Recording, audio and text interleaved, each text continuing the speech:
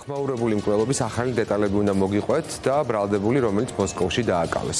საქმე ეხება საკუთარ დაბადების დღეზე მოკლულ 23 წლის თაზო მთივლიშვილის საქმეს, რომელიც ცემეს მოკლეს ხედარიკის სახლში დატოვეს. შაბათს ფორმულას მაყურებელმა იცის, რომ მკვლელობაში ბრალდებულებმა იმ ღამით ქვეყნის დატოვება მოახერხეს. მასთან ერთად საქართველოს დატოვა გულისხმობ მკვლელობაში ბრალდებულს საქმის კიდევ ერთმა ფიგურანტმა, რომელსაც ამ დრომდე ეძებენ. სალომე ბოკუჩავა იყო აი ამ ვრცელი საგამოძიებო რეპორტაჟის ავტორი და ის ახლა ჩვენს სტუდიაში არის. სალომე, საღამო მშვიდობისა. საკმაოდ ძიმე საქმე იყო, რომელზეც შენ იმუშავე. საკმაოდ ძიმე ჩვენებები მოვისმინეთ იმ ახალგაზრდების, რომლებიც თაზო მთივლიშვილის მკვლელობას შეესწრნენ და შემდეგ ბრალდებული მთლად საზღვრამდე მიაცილეს და ქვეყნიდან გაუშვეს. რა ვიცით მისი დაკავების, ბრალდებულის დაკავების შესახებ? შაბათის ფორმულა შეეცადა, რომ ყველა დეტალი გაერკვია ამ საქმესთან დაკავშირებით. ჩვენთვის ცნობილია, რომ ამ კვირის განმავლობაში არაერთი პროცედურა გაიარა ახლა უკვე დაკავებულმა გიორგი პაპაშვილმა. თავდაპირველად ის დაუკავშირდა საკუთარ ოჯახის წევრებს, შესთავაზეს გახალთ გიორგი პაპაშვილი, შესთავაზა ბილეთის შეძენა იმისთვის, რომ საქართველოში ჩამოსულიყო და ჩაბარებულიყო გამოძიებას. თუმცა დედამეს სურვილი შეასრულა, შეიძინა ბილეთი, თუმცა ამის შემდეგ დედას უკავშირდება მისი ინტერესების დამცველი უკვე რუსეთში და ეუბნება, რომ გეგმები შეიცვალა. ხდება გიორგის დაკავება რუსეთში. როგორც ჩვენთვის მისი ოჯახის წევრებისგან გახდა ცნობილი, გიორგი თავად მივიდა პოლიციის განყოფილებაში მოსკოვში და ჩაბარდა. თუმცა ეს პროცედურაც გაურთულდა, რადგან თავდაპირველად პოლიციელებმა უთხრეს, რომ არანაირი დიპლომატიური ურთიერთობა საქართველოსთან მათ არ გააჩნიათ, ასევე აღნიშნეს, რომ დანაშაული არ იყო ჩადენილი რუსეთის ფედერაციაში, შესაბამისად მათ უარი განაცხადეს პაპაშვილის დაკავებაზე. თუმცა რა შეიცვალა უკვე ეს დეტალები, სავარაუდოდ იმის შემდეგ იქნება ცნობილი, რაც პაპაშვილის ექსტრადირება მოხდება უკვე საქართველოში. როგორ მოხდება ექსტრადირება? ესეც საინტერესოა ქვეყანას, რომელსაც დიპლომატიური ურთიერთობა არ აქვს მეორე ქვეყანასთან. ეს როგორ შეიძლება მოხდეს? არც ეს ვიცით, ხო? ახლა უკვე ვიცით, რომ არის ინტერპოლის ხელში და უნდა დაიწყოს შესაბამისი პროცედურები. ის მოგეხსენებათ, ინტერპოლით ძებნილი არის, მასთან ერთად იყო კიდევ ერთი და ბრალდებული ძებნილი, რომელიც რომელსაც ედავებიან დანაშაულის დაფარვას და თურქეთის გავლით მათ საქართველოს ტერიტორია ერთად და ერთდროულად დატოვეს. თუმცა, როგორც ჩანს, მათი კვალი გაყოფილია ახლა, გზები გაყოფილი არის ორად.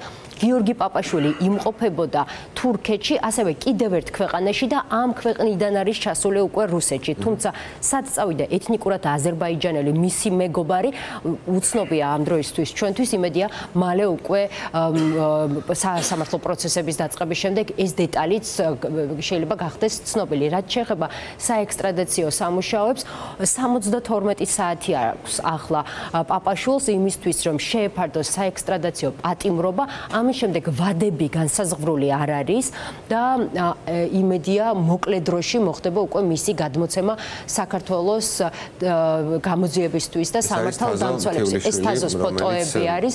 ჩვენ ვესაუბრეთ მის ადვოკატსაც, დეტალებს არ ფლობს თაზოს ოჯახიც ამ დროისთვის, თუმცა იციან, რომ დაკავებული არის გიორგი პაპაშვილი, ვისაც უშუალოდ ედავებიან განზრახ მკვლელობას. თუმცა ოჯახს, რა თქმა უნდა, როგორც წინა რეპორტაჟიც აღნიშნეთ, აქ ეჭვი, რომ ეს მკვლელობა არ არის მხოლოდ ერთი პირის ჩადენილი. თავად პაპაშვილის დედა ჩვენთან საუბრის დროს წინა კომუნიკაციისგან განსხვავებით ხაზგასმით ამბობს, რომ მის შვილს მკვლელობა არ ჩაუდენია, თუმცა ასევე გვეუბნება, რომ პაპაშვილთან, ანუ საკუთარ შვილთან არ ქონია ამ დროის განმავლობაში კომუნიკაცია. საინტერესოა უკვე ახალი დეტალები თუ გამოიკვეთება გამოძიებაში და ბრალდებულთა უბრალოდ მუხლები თუ მოხდება დაზუსტება ბრალის დაკავებულებისთვის. ორშაბათს 11 საათზე უკვე არის პროცესი ჩანიშნული, გამოძიებამ დამატებითი დრო ითხოვა.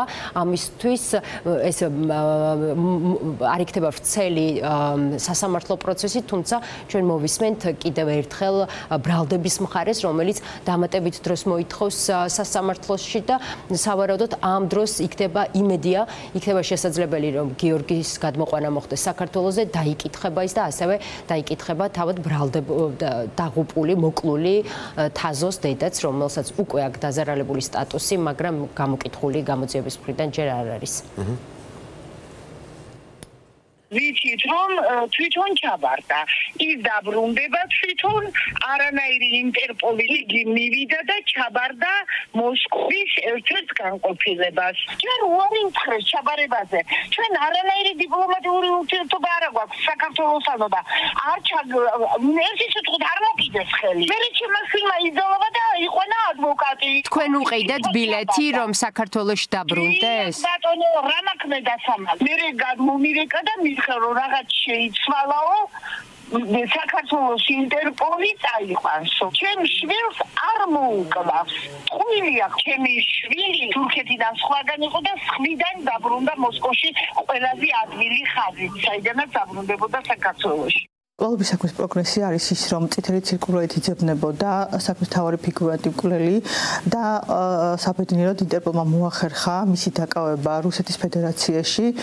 რამოდენიმე დღის წინ, როგორც ჩემთვის არის ცნობილი, თამაზ მთლიშვილის მკვლელი გიორგი პაპაშვილი დაკავებული იქნა, თუმცა ის იმყოფება რუსეთის ტერიტორიაზე. პროკურატურის მიერ მოწოდებული ინფორმაციით დაკავებული არ არის მეორე პირი, ასევე როგორც ჩანს, მას არ გადაუკვეთია საზღვარი მკვლელთან ერთად და მათი გზები გაიყო თურქეთის ტერიტორიაზე. აი ამ მკვლელობას სალომე შემზარავ მკვლელობას ყავს თვითმხილველები, 3 ახალგაზრდა, ერთი სავარაუდო ბრალდებული და მეორეც თანამონაწილე, რომელმაც ქვეყანა დატოვა. და საკმაოდ მძიმე იყო ამ ახალგაზრდების ჩვენებებიც. აქაც საქმის კვალიფიკაცია არ შეცვლილა, ისევ დანაშაულის შეუტყობინებლობაზეა საუბარი, ხო, მათ შემთხვევაში. არ შეცვლილა, მიუხედავად იმისა, რომ იჭვები არსებობს მათი მონაწილეობის შესახებ, ჯერჯერობით მათ აქვთ ბრალი, მათ ედავება გამოძიება დანაშაულის დაფარვას, მათი ჩვენებები იყო შემზარავი და ძალიან მძიმე, ისინი დეტალურად ყვებოდნენ, რა შეესწრნენ, რა უძღვოდა კონფლიქტს წინ და ასევე როგორ დაეხმარნენ და მიაცილეს ბრალდებულები სარფამდე და როგორ დატოვეს უკვე დატოვა ორმა მოქალაქემ ტერიტორია, საქართველოს ტერიტორია. ისინი მიუხედავად იმისა, რომ დარწმუნებულები იყვნენ ორი მოქალაქის ანუ ვის მიმართაც ამბობდნენ, რომ შიშს განიცდიდნენ. მათ იცოდნენ, რომ ორივემ დატოვა ტერიტორია, მიუხედავად ამისა, მათ არ მიმართეს პოლიციას და არ ითანამშრომლეს, მანამ სანამ თავად გამოძიება არ დაუკავშირდა.